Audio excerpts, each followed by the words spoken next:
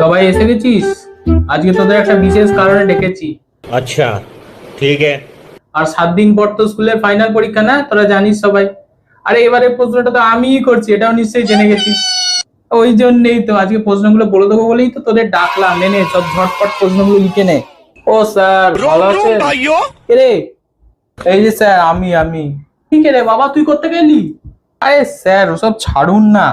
হ্যাঁ, তোকে আমি লাস্ট মনে হয় 4 মাস আগে দেখেছিলাম।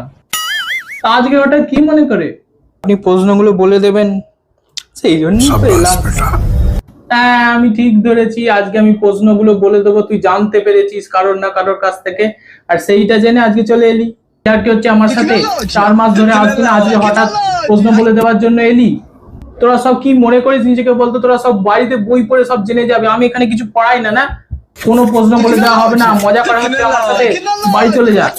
এই যে স্যার আপনার 4 মাসের মাইনে। আরে আমি তো মজা করছিলাম রে, ভুল হয়ে গেছে, আমি মজা করছিলাম। তুই বস বাবা, বস বাবা, ভালো করে বস, ভালো করে বস, একদম চেয়ারে বস। Thank you sir. তোরা বাড়ি চলে যা, সব বাড়ি চলে যা তো। তোরা সব বাজে স্টুডেন্ট, ও আমার ভালো স্টুডেন্ট, 4 মাসের মাইনে একবারে দিয়ে দিল। गजब बेइज्जती है। তোরা তো অর্ধেক মাইনেই দিস না, সব ফালতু স্টুডেন্ট, তোদেরকে পড়িয়ে আমার কি লাভ? তোদেরকে প্রশ্ন বলে দিয়ে আমার কি হবে? তুই বস বাবা, ভালো করে বস। তো চা কফি কোল্ড ড্রিঙ্কস বিস্কিট শরবত কি লাগবে আমাকে ভালো করে বল, আমি সব ব্যবস্থা করছি। আরে না না স্যার, ওসব কিচ্ছু লাগবে না, আপনি প্রশ্নগুলো বলে দিন না। কিছু কিছু তো লাগবে, জলটা তো দি। তোরা বাড়ি চলে যা, ভাগ ভাগ এখান থেকে। তুই লেখ, আমি জল নিয়ে আসছি, আর প্রশ্ন আমি ছাপিয়ে রেখেছি, তুই লেখ।